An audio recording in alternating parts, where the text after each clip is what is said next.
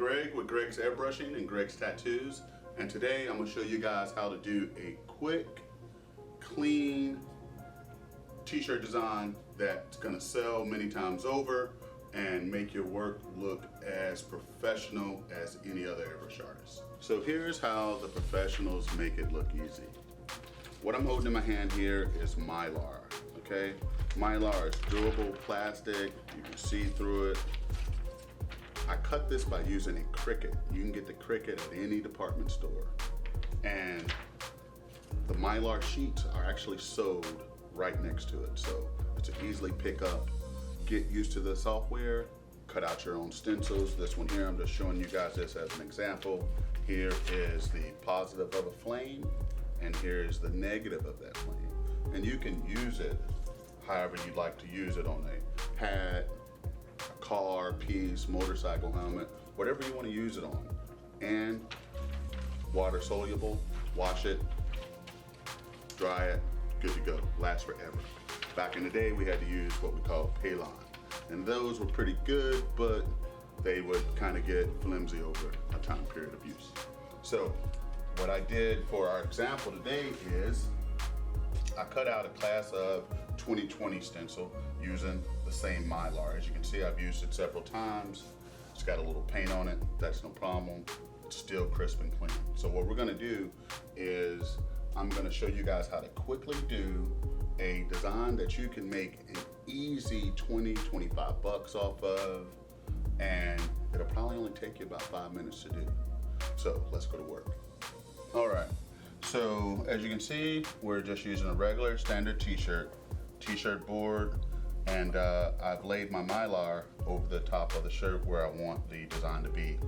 I'm gonna be using this clothespin here. I've done a couple of videos, you guys may have seen me use this clothespin, but it's gonna give you that stippling effect. So all you do is lay it at an angle, lay your airbrush at an angle on the clothespin and lightly pull back, and see those little dots right there? That's gonna give you that stippling effect. Okay, and that's what we're gonna do on the outside of our stencil. So I'm gonna go ahead and trim it, and I'm not doing anything special here. Okay, I'm just lightly adding black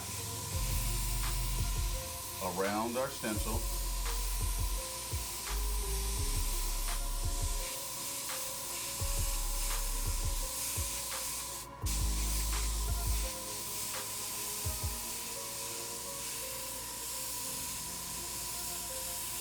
Pretty much outlining our stencil.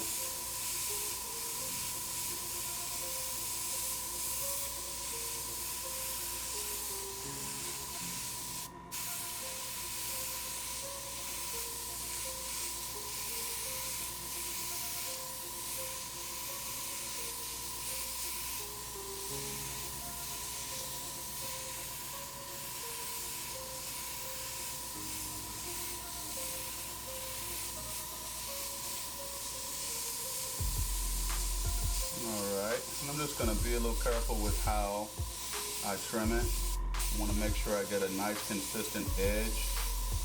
It doesn't have to be overly blacked out, but I want to make sure that every letter, once I remove my stencil, is legible. So I'm going to go ahead and add some more stippling. And as you can see, we've probably been doing this design for a couple minutes right now.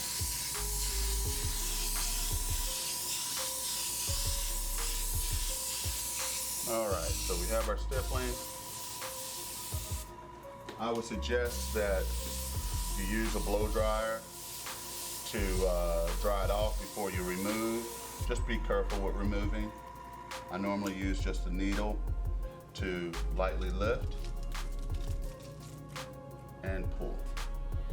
Now, as you can see, there's a little bit of overspray, but that's no problem.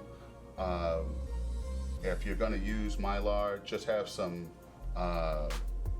spray adhesion and spray a light bit of spray adhesion on the back of it, lay it down. You're going to have a more crisp look. In this case right here, I'm okay with having a little bit of overspray. But as you can see, it's real nice and sharp in the majority of the stencil. So we're gonna switch colors here.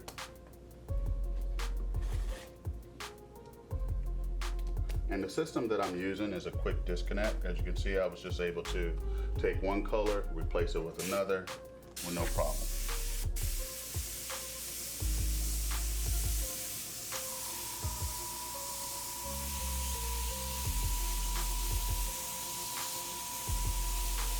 And again, I'm just coloring in the stencil.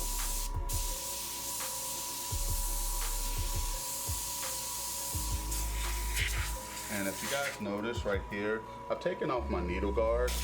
It allows me to clean my needle readily, pretty fast, and doesn't slow me down by having to keep taking my needle guard off.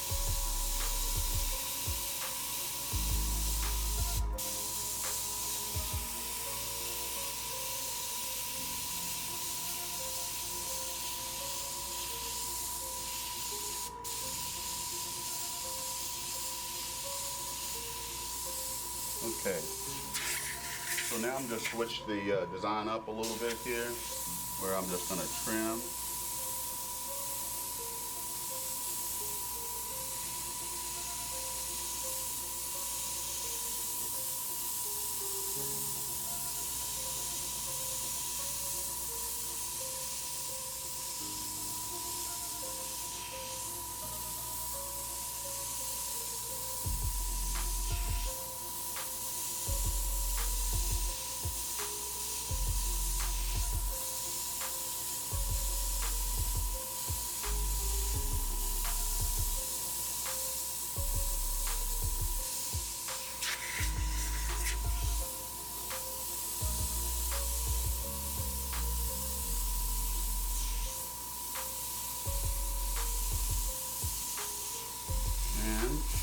I'm going to lightly dust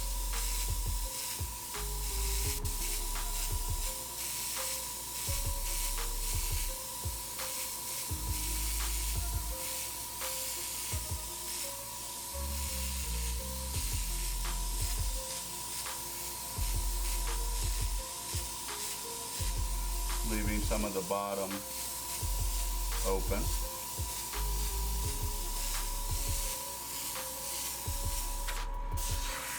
And now you've just made someone who graduated in class 2020 very happy. All right, I hope the technique that I showed you works for you guys. Keep coming with the questions. Like our page, subscribe. I'm Greg with Greg's Tattoos and Greg's Airbrushing. See you soon.